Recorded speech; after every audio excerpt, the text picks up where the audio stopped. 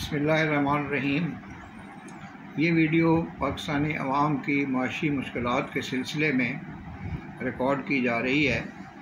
جب سے موجودہ حکومت آئی ہے تو انہوں نے آتے ہی پٹرول کے، ڈیزل کے، مٹی کے تیل کے جو ریٹس تھے وہ یکلخت بہت زیادہ کر دیے، جس سے عوامی مشکلات میں بہت زیادہ اضافہ ہو گیا ہے اور عوام الناس کو اپنی زندگی گزارنا مشکل ہو گیا ہے، کیونکہ جب پیٹرول کی قیمت بڑھتی ہے تو ہر چیز کی قیمت بڑھ جاتی ہے۔ اس کے علاوہ یہ بھی خبر سنائی جا رہی ہے کہ ابھی اس کا اختتام نہیں ہوا، ابھی تو یہ قیمتیں مزید بڑھیں گی، اور اس کے علاوہ جو اس مہینے بجلی کے بل عوام الناس کو بھیجے گئے ہیں وہ پہلے بلوں کے بنسبت 2-3 گنا زیادہ ہیں، اور یہ اس کا جو ریٹ ہے، جو اس کا ٹیرف ہے، جو اس کا یونٹ کا ریٹ ہے، اس کو بھی بڑھایا جا رہا ہے، جس کی وجہ سے جو آنے والے مہینوں میں جو بلز ہیں وہ 2-3 گنا زیادہ ہوں گے۔ تو اب یہ جو حکومت آئی تھی وہ اس نعرے کے ساتھ آئی تھی کہ ہم پاکستان کے عوام کو ریلیف دیں گے، اور یہ ریلیف ایک بڑا عجیب و غریب سا لفظ ہے۔ یہ غربت کو ختم نہیں کرتے، یہ ریلیف دیتے ہیں، اور غریب جو ہے بیچارہ، اس کی غربت تو کبھی ختم نہیں ہوئی، وہ خود ہی ختم ہو جاتا ہے۔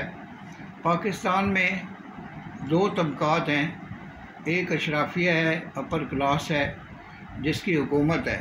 پاکستان میں حکومت میں آنے کے لیے کم از کم کھرب پتی ہونا ضروری ہے، اور یہ معاملات پچھلے کوئی 30-40 سالوں سے چل رہے ہیں، ماں سوائے اس کے کہ جو فوجی حکومتیں آئیں ان کے لیے یہ کنڈیشن نہیں تھی، وہ سمپلی مارشل لاء کا نفاذ کر دیا کرتے تھے۔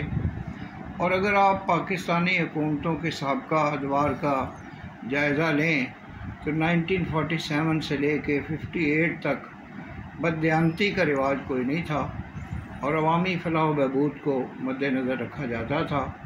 اس کے بعد ہمارے ملک میں تقریباً 32 ایئرز آرمی کی حکومتیں رہی ہیں، ان میں بھی ڈسپلن بھی تھا، عوامی فلاح و بہبود کا بھی خیال رکھا جاتا رہا، سرکاری ملازمین کی تنخواہوں میں بھی اضافہ کیا جاتا رہا۔ تو ابھی تو یہ کوئی پتہ نہیں ہے کہ یہ کتنا اضافہ کرتے ہیں، اور مہنگائی جو ہے وہ آسمان کو چھو رہی ہے۔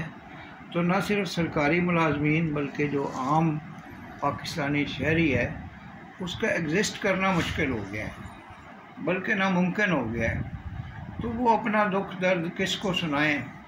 ہمارے ہاں چینلز پہ جتنے بھی لوگ آتے ہیں، جتنے اینکر پرسنز ہیں، جتنے مہمانوں کو بلایا جاتا ہے، تو مختلف قسم کی تعویلیں کرتے ہیں اور آئیں بائیں شائیں کر کے معاملے کو ختم کر دیتے ہیں۔ نشستن دو، گفتن دو، برخاستن، آؤٹ پٹ اس کا کچھ بھی نہیں ہوتا۔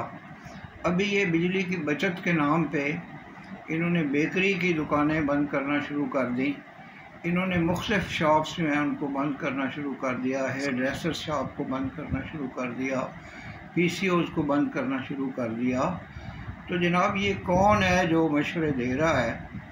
اور ہم تو اس امید پہ تھے کہ اگر خدا نخواستہ سابقہ حکومت کے دور میں کوئی مہنگائی تھی، بے چینی تھی، پریشانی تھی، تو جو نئے لوگ آئیں گے تحریک عدم اعتماد کے ذریعے سے وہ کوئی بہتر کردار جو ہے ادا کر پائیں گے۔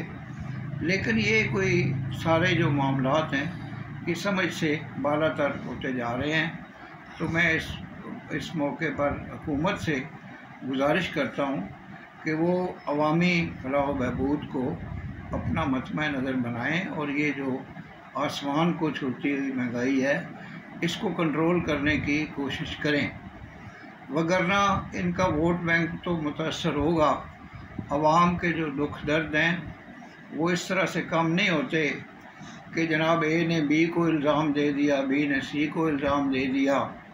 تو یہ الزام تراشی کی جو سیاست ہے تمام پارٹیوں کی طرف سے، وہ اپنی جگہ پہ ہے، اس کو ختم ہونا چاہیے، اور خصوصاً جو اس کے اندر جو زبان کی جو ہے لغزشیں ان کو بھی ختم ہونا چاہیے۔ لیکن یہ جو ایک محب وطن پاکستانی کی حیثیت سے میری گزارش ہے کہ حکومت جو ہے وہ عوام کی فلاح و بہبود کی طرف توجہ دے، اور ایسے اقدامات کرے جس سے عوام کو کوئی سکھ کا سانس ملے۔